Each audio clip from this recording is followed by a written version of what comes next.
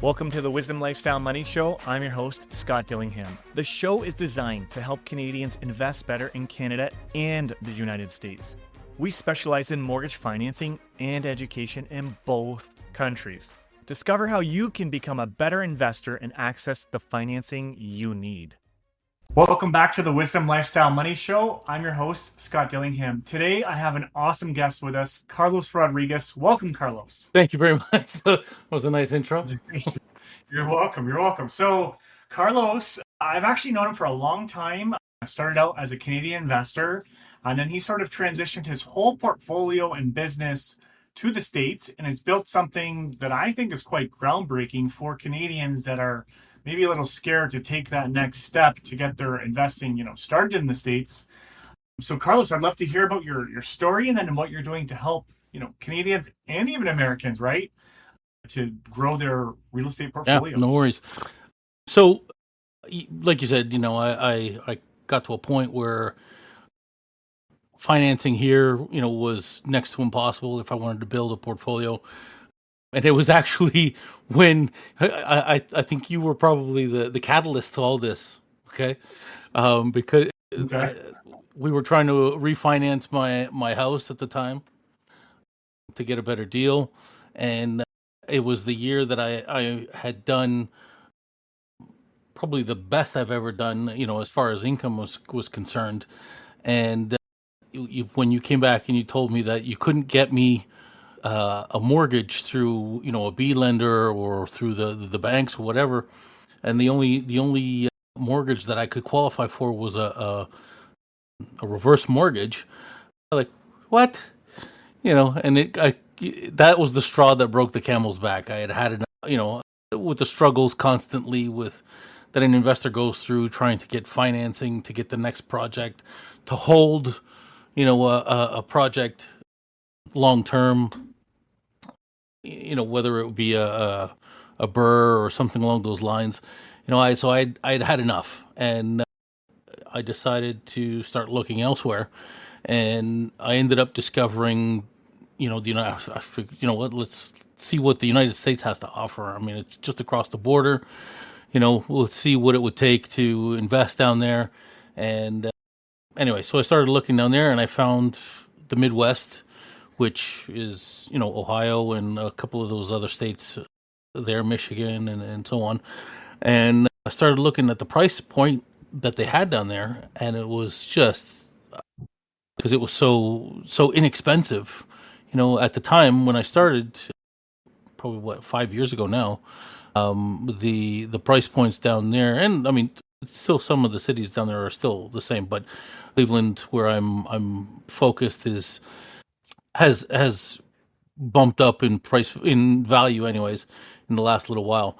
But so anyways, I found the Midwest. I ended up going to Cleveland, checking that out, and was amazed that half of their population rents. And I mean, it's a population, the greater Cleveland area anyways, is a population of about just shy of 3 million. And so with 50% of that population renting, most of what they had already in properties, the type of properties were already purpose-built rentals, duplexes, triplexes, quads. Even when you get into the commercial side, I mean, the price point was inexpensive. It was old, and most of the stuff that we end up purchasing, we end up renovating. But it was, the numbers were beautiful, and I ended up focusing more on subsidized housing, which is the Section 8 program down in the United States. It's basically the government is paying a portion of the tenant's rent. And so, I pulled the trigger on a couple, and was the first one that I bought in Cleveland. I mean, I couldn't make any more mistakes, I think, than I did, and had the problems that I did. As far as setting up the corporations and everything, that if you're going to be a long-term investor, you should set up, that was piece of cake. I found a lawyer. He ended up being probably the best lawyer in the United States for setting something like this up. Probably the most expensive as well, but nonetheless, set that up and bought my first couple of properties down there. The first one in Cleveland, I mean, was a duplex, and I bought it for $35,000 US. So Wow. now, with that price point, I mean, I ended up purchasing it in probably the roughest neighborhood possible. It needed $60,000 worth of work, to get it up to the standards that I was comfortable with. And anyways, by the time we were done, it appraised for $150,000. But I had also, had a project manager that stole a bunch of my money, contractor problems, you name it, I hit it face first, you know. And so, anyways, it was a big learning experience on that first one. And so from there, I decided to, I saw that the fact, the writing on the wall was that there's going to be more Canadians coming down this way, given the price points that we're dealing with in Ontario, and just landlord tenant board issues that, I mean, it's just unfriendly where it is in Ontario. And when start people start hearing about Ohio and how landlord friendly it is and the price point, the cash flow, you're going to see, I mean, it's already happening, right? And I think part of the uptick in the value of properties that I've seen in Ohio, or in general anyways, has to do a lot with, with the wave of Canadian investors that are coming down. I don't have any numbers to prove that or whatnot, but it just, in the curve that I've seen in Cleveland alone, I mean, it's, every week I get an email from my realtor down in Cleveland who says, "Yeah, I've got, five more people from Canada that need your help to get going down here, and they need some mentorship, blah blah blah." So anyway, I decided to start helping other Canadians get set up. The fact is that once people get set up down there, and they might have one, or maybe trying to do it on their own and live their life here, it's a lot of work. Even if you have a property manager down here, I find myself going down to Cleveland almost every other month. I'm actually leaving tomorrow, for another trip to Cleveland, and I'm going to be staying a month this time to find more or to see them, because I like to put eyes on the the quality of construction down there. It's old construction, right? So it's very difficult to have enough trust in your contractor to do it from up here, unless you're willing to let them, or have those headaches come up and deal with them as you go forward. I like, when I renovate Mhm. something, I like to get rid of any future headaches for at least the next 5 years, and Yeah. and bump the value up through those renovations as well. But anyways, so I help, other Canadians come down to the United States, get set up. I've gone as far as getting my E2 visa, so I have some input. I can help with that as well. I have contacts and whatnot that are fantastic, and helped me get my E2 visa. And but whether it be through joint ventures, or other avenues of investing in my projects, people can get involved with my own projects as well. I have a mentorship program that essentially I help somebody go from start to finish on at least one house, and divulge all of the details that they'll need as far as finding good contractors, finding the appropriate professionals in there. And now, something that you and I are working on to for the financing. I'm excited about. We're. I think we can do a bang up job. I mean, you guys have some phenomenal resources as far as the the lenders, right? I don't know if you want to dive into that. Yeah, yeah.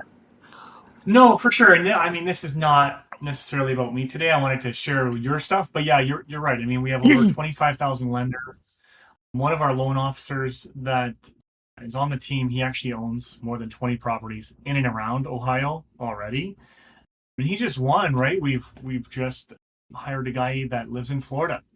So he's from Canada, moved to Florida just like a few years ago, and he's been building his portfolio there as well. So we're really like boots on the ground, and I think the thing that's important with us is that we're all investors. So I think that's really important. We're not just some regular broker or lender saying, "Oh yeah, we have these products," right? We're investors. We get it. We can help. So super cool stuff. Now, for somebody who's listening, right, and they're hearing this and they're thinking like, I love what Carlos is saying. How do I get in touch with them? How do I partner with them? Do you have like a directory of all of your resources, or how should somebody reach out to you? If people want to reach out to me, the first thing that I would suggest is signing up on my email list at cashflowcarlos.com. It's just a landing page that I've set up. But if you want to get in touch with me, you can call my office at 419-318-8424. That's it's an American number, but I'm back and forth. You'll get me whether I'm in the United States or in Canada. But that's my office number. Sign up on the email list is the best way to get information on what I'm doing. I'm trying to get better at TikToks and Instagrams and all that stuff, but it's a lot of work to edit that stuff and get it the way that I want. You can hand it off, but I like to get my hands dirty. So, but as far as comparing the GTA, for example, investing in the GTA and investing in Cleveland or maybe anywhere else in the United States for that matter, it's the same, but it's different. You know what I mean? Like in the GTA, we've been spoiled for the last 25 years, 25 years, something like that. We're closer to the end of that period. It didn't really matter what you were buying. You could hold it for a little while and it would appreciate. You didn't have to really do a lot of renovations to a rental property and you could still increase the rents over a period of time. When tenants would leave. But in the States, I mean, especially Cleveland, anyways. I mean, it's changing because there's a lot of competition coming into the area. If you're going to go down there, it's for cash flow. You're not going there for necessarily for huge swaths of value increase, right? I mean, it can happen if you buy right, and there are circumstances where it is much easier to buy something under value in the United States. There's a lot more opportunity in that type of scenario. Off market deals and so on and so forth. There's a lot more wholesalers that you can deal with. Obviously, you have to go through a few to find the right ones that are they understand everybody has to make money. There's some wholesalers that will want to they'll find an off market property and then try to basically milk it of all the equity that it has through the sale, right? And everybody wants to make $30,000 on every sale, which is kind of ridiculous. So, but you definitely have to know where you're buying, what you're buying, because I mean you can go from one block to the next, and just that little difference can be the difference between buying something in a war zone and buying something in war zone. I mean, I use that very loosely. It's not as like wartime houses. Well, it's wartime. I mean, it's older houses. You could buy like everything down there there's a lot of siding, and it's all wood. And then if you don't know about lead certification and the renovations that need to happen beforehand, if you get caught with that on the back end, you could end up with a huge remediation bill. So it's there's stuff like point of sale inspections. the different municipalities around Cleveland. Cleveland proper itself doesn't have the point of sale inspection yet, but all of the little municipalities around it have started implementing this. And basically, it's an inspection when, if I wanted to sell a house down there, the city will come in, inspect for deferred maintenance or anything that they want to see repaired before the next person takes over. And I mean, it can be stuff like a cracked sidewalk or a staircase that is, it's never been touched, but now the inspector has said, okay, well, this is out of code. You got to bring it to code and redo your steps or something along those lines. Or they don't like the fact that there's holes in the screens or something along those. They can nitpick, but basically they come in, they do an inspection, and some cities will give you, they'll estimate how much they think it'll be repair that list, and then you have to take $1.25 for every dollar that they've estimated and put it in escrow, and then go do the repairs, or somebody has to do the repairs, whether it be the seller or the purchaser, before they'll release that money. All right, so it can be a double-edged sword. Anyways, but that might be good when you're buying, right? If you're buying a distressed property, that might be good. It can be. I mean, it can be a really great negotiating tactic, to come back and say, listen, the city's, got $50,000 worth of work here. I mean, you got to come to the table a little bit, or whatever it may be. Yeah. But for example, one of the very first really sweet deals that I was looking at was 16 townhouses, okay, in one of the nicer municipalities of Cleveland. I think it was Cleveland Heights. That 16 townhouses for $1.2 million. It would have cash flowed by the time we were done about $20,000 a month. And like, wow, finding $1.2 million. I mean, just the down payment and renovation money wouldn't have been that difficult, but it was in Cleveland Heights. Cleveland Heights has got a point of sale inspection. They want $1.30 for every dollar that they estimate on their point of sale inspection. The list was about $250,000 worth of repairs. So not only would I have had to come up with the $250,000 plus 30% to put into escrow, but I'd have to come up with another $250,000 to actually do the work. You know what I mean?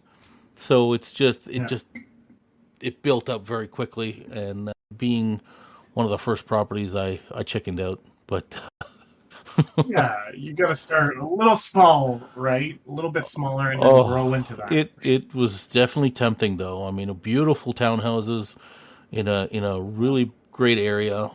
It was right next to an elementary school. I mean, literally around the corner from an elementary school. Anyway, it still hurts.